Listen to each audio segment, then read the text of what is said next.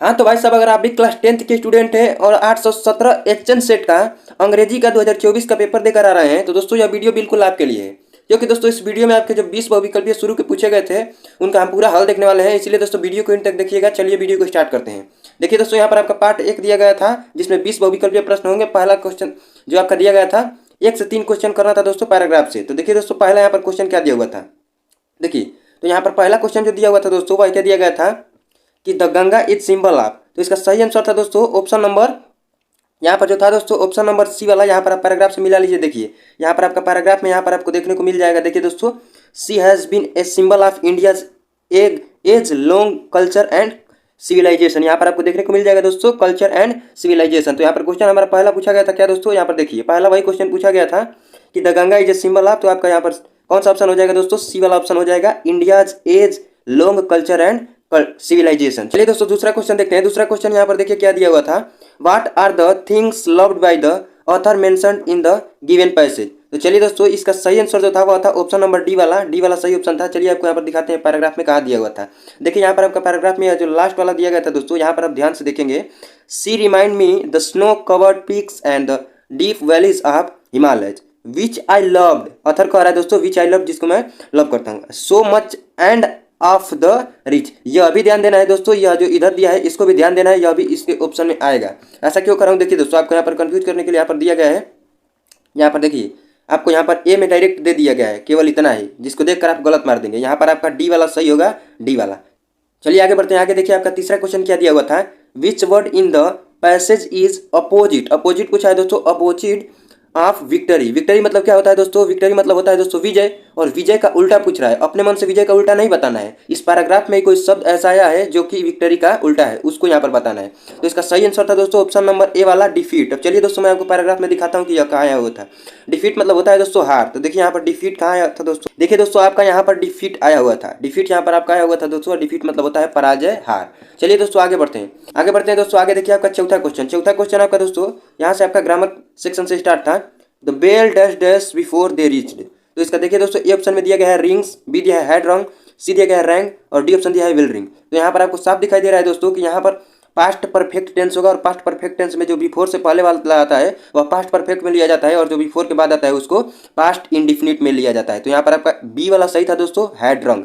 Head रंग यहाँ पर भरा जाएगा दोस्तों, यहाँ पर आपका बी वाला सही था। देखिए दोस्तों पांचवा क्वेश्चन। पांचवा क्वेश्चन यहाँ पर क्या दिया हुआ था, he slept dash a green tree. तो भैया यहाँ पर सीधा दिखाई दे रहा है, अबाउट होगा नहीं, विद इन होगा नहीं, इन पेड़ के अंदर कोई सोएगा भैया। यहाँ पर आपका ए वाला सही हो जाएगा, अंडर, यानी वह एक हरे पेड़ के नीचे सोया। चलिए दोस्तों आगे आगे छठवां क्वेश्चन देखते हैं दोस्तों। छठवा यह सबसे मैं आसान मानता हूँ दोस्तों। देखिए रीअरेंजमेंट ऑफ सेंटेंसेस इसको करना था, पूरा नहीं पढ़ रहे हैं। देखिए ये दिया गया है, my twice loves to share his brother, अर्थी कोई नहीं निकल रहा है। बी देखिए brothers loves his twice to my share, यह भी गलत है। देखिए सी ऑप्शन में क्या दिया गया है, my brother loves to share his toy, यही वाला सही आंसर हो जाएगा दोस्तों, सी वाला यहाँ पर आपका सही हो जाएगा। चलिए आगे बढ़ते हैं। आगे देखिए आगे आपका सातवां क्वेश्चन। सातवां क्वेश्चन में क्या दिया हुआ था दोस्तों, मिस स्पेल्ड वाला बोला गया था। ये दिया गया है एक्सेप्ट, यह भी सही है। एक्सपेक्ट यह भी होता है के सिवाय। एस्पेक्ट रेशियो यह भी होता है। यहाँ पर जो यह सी वाला है दोस्तों एक्सपेक्ट, इसका कोई अर्थ नहीं होता है, यह मिस स्पेल्ड है। या दोस्तों मिस स्पेल्ड है, यहाँ पर सी वाला सही हो जाएगा। चलिए आगे बढ़ते हैं। आगे देखिए आठवां क्वेश्चन। आठवां क्वेश्चन यहाँ पर क्या गया था दोस्तों, सही सुटेबल प्रीपोजिशन वाला पूछ लिया था दोस्तों। We are proud dot dot our culture. तो भैया आप सभी को आप कई बार बोले भी होंगे, वी आर प्राउड ऑफ। यहाँ पर प्राउड के साथ हमेशा ऑफ आता है दोस्तों, तो यहाँ पर बी वाला सही हो जाएगा। जैसे बोलते हैं, आपने मूवी देखी होगी तो उसमें बोलते हैं I am proud of you, फलान ढिमकान बोलते हैं उसमें, देखिए तो प्राउड के साथ हमेशा ऑफ आता है। अब चलिए दोस्तों आगे बढ़ते हैं। आगे देखिए दोस्तों आगे यहाँ पर आपका क्वेश्चन नंबर 9 और 10 पैराग्राफ वाला जो था, आपका बुक से एक पैराग्राफ दिया जाएगा, उससे 2 क्वेश्चन पूछे जाएंगे, वह वाला था। तो चलिए हम डायरेक्ट क्वेश्चन पर बढ़ते हैं। क्वेश्चन क्या दिया हुआ था, क्वेश्चन इसमें 9वां जो क्वेश्चन दिया हुआ था, complete the sentence by choosing the most suitable option.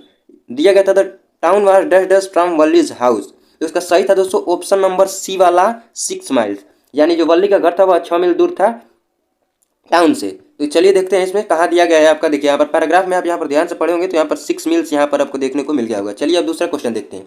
10वां question क्या दिया गया था, the fair of the bus was dash dash one way. देखिए दोस्तों आपको ध्यान देना है, वन वे बोला है। वन वे मतलब एक तरफ का भाड़ा कितना था बस का, तो भैया वह था 30 पैसे था। आपका ये वाला सही हो जाएगा। चलिए मैं आपको पैराग्राफ में दिखा देता हूँ। अगर आप पैराग्राफ में ध्यान से देखिएगा तो देखिए यहाँ पर आपका इस लाइन में दिया गया था द फेयर वाज 30 पैसे। 30 पैसे थे, लेकिन किस तरह के दोस्तों, वन वे, एक तरफ के 30 पैसे थे, और एक तरफ का ही पूछा था दोस्तों, तो हमारा 30 पैसे हो जाएगा यहाँ पर 30 पैसे। ए वाला आपका ए वाला आपका यहाँ पर 30 पैसे सही हो जाएगा। चलिए दोस्तों 11वां क्वेश्चन देखते हैं। 11वां क्वेश्चन आपका देखिए यहाँ पर बुक से पूछा गया था, आपका बुक से पूछा गया था। The Democratic election was held in South Africa in dash dash and Mandela became the first black president of nation। इसका सही आंसर है दोस्तों ऑप्शन नंबर सी वाला। 1994 में आपका यह क्या कहला डेमोक्रेटिक इलेक्शन हुआ था, जिसमें नेल्सन मंडेला पहले क्या कहला ब्लैक प्रेसिडेंट हुए थे अपने नेशन के। चलिए दोस्तों आगे बढ़ते हैं। आगे देखिए 12वां क्वेश्चन। 12वां क्वेश्चन क्या कह रहा है दोस्तों, Lencho wrote a letter to God asking for dash dash pesos. तो इसका सही आंसर है दोस्तों ऑप्शन नंबर बी वाला, यानी 100 पैसोज के लिए लेंसो ने कहा था। चलिए दोस्तों आगे बढ़ते हैं। आगे देखिए 13वां क्वेश्चन। 13वां में क्या कर रहा है, Valli was dash dash years old. तो इसका सही आंसर है दोस्तों ऑप्शन नंबर सी वाला, यानी वल्ली जो थी 8 साल की थी। चलिए आगे बढ़ते हैं। आगे देखिए दोस्तों मैंने जो 8 लाइन बताया था आपको पोएम के लिए, वहाँ पर देखिए एक 4 लाइन यहाँ पर आ गया है दोस्तों। तो मैं उम्मीद करता हूँ कि आप जो शुरू के 4 लाइन मैंने बताए थे डस्ट ऑफ स्नो वाले चैप्टर के, उसको आप लिख दिए होंगे, जो आगे आने वाला है 3 नंबर का क्वेश्चन पोएम राइटिंग वाला। तो देखिए दोस्तों 14वां क्वेश्चन यहाँ पर क्या दिया गया था, who is the poet of the poem fire and ice. भैया फायर एंड आइस जो पोएम है उसके लेखक कवि कौन है। तो ए ऑप्शन दिया गया है लेस्ली, बी दिया गया रॉबर्ट फ्रॉस्ट, सी दिया है कैरोलिन एंड डी दिया गया है रॉबर्ट क्लेन। तो इसका सही आंसर था दोस्तों ऑप्शन नंबर ए वाला ऑप्शन नंबर बी वाला रॉबर्ट फ्रॉस्ट भैया फायर एंड आइस वाले चैप्टर के आपके लेखक है। चलिए दूसरा क्वेश्चन क्या दिया हुआ था 15वां जो कि है, what does the poet compare fire with. यानी जो आग है दोस्तों फायर एंड आइस वाले चैप्टर में, उसमें फायर की तुलना किससे की गई है। तो ए दिया गया है हेटरेड, बी दिया गया है डिजायर, सी दिया गया है हॉट एंड डी दिया गया है बोथ ए एंड सी। यानी कह रहा है डी वाले ऑप्शन में ए और सी दोनों। तो इसका सही आंसर ए और सी दोनों है, तो इसीलिए डी वाला ऑप्शन सही हो जाएगा दोस्तों, बोथ ए एंड सी। चलिए आगे बढ़ते हैं। आगे देखिए आगे 16वां क्वेश्चन क्या दिया हुआ था दोस्तों, यहाँ पे सप्लीमेंट्री वाला जो चैप्टर से उनसे दिया गया था, मिसेस पम्फ्री वाज, जो मिसेस पम्फ्री थी वो क्या थी। तो भैया इसका सी वाला सही है, रिच लेडी, यानी एक धनी महिला थी मिसेस पम्फ्री। 17वां क्वेश्चन दिया हुआ है, what did Hari Singh want from Anil. यानी जो हरी सिंह था जो कि चोर था, वह अनिल से क्या चाहता था।